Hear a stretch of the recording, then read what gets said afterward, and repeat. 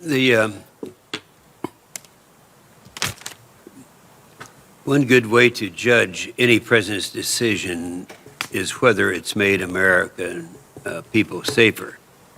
Generals, ask all three of you, you have both noted that the Taliban has not severed its relationship with al-Qaeda.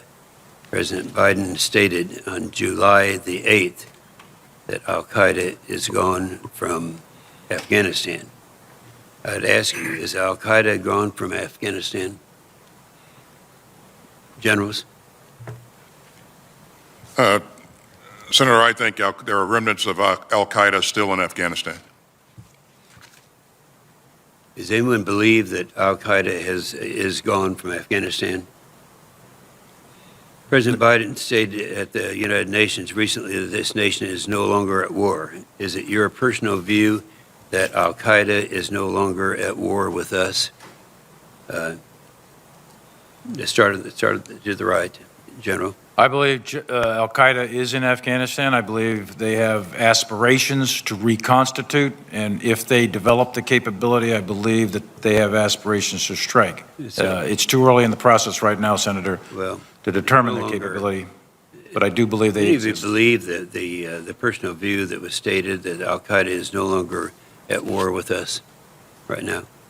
Okay. I think al-Qaeda is at war with the United States still, and never has not. Thank you.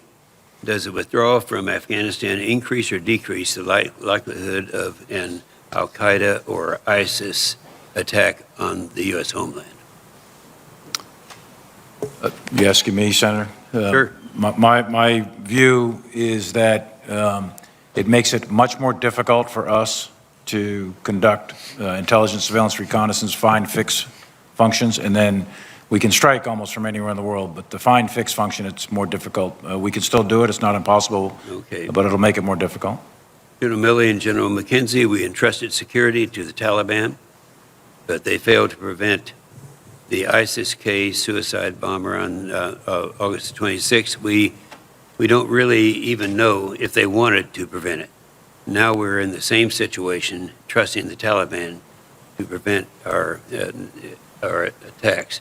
The senator from Missouri brought up and talked again about the fact of what is the situation right now, and I think we don't really, after this several hours, have an answer to that.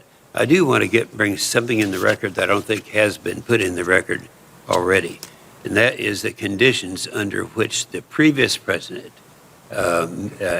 made after making the statement about the Taliban. Not only did the previous president have conditions, and the conditions included having a presence, a military presence, but they also had four other things that were stated there was conditions. One, to prevent al-Qaeda and the terrorists from threatening the United States from Afghanistan. Secondly, to make statements and commandments to its members against the threatening United States, against threatening the United States. Thirdly, deny residence and visas and passports to those threatening the United States allies. And fourthly, begin negotiations with the Afghan government. Those were conditions that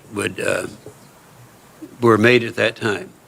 And this has been stated several times. It's my opinion and the opinion of many who have testified at this hearing that there were no conditions.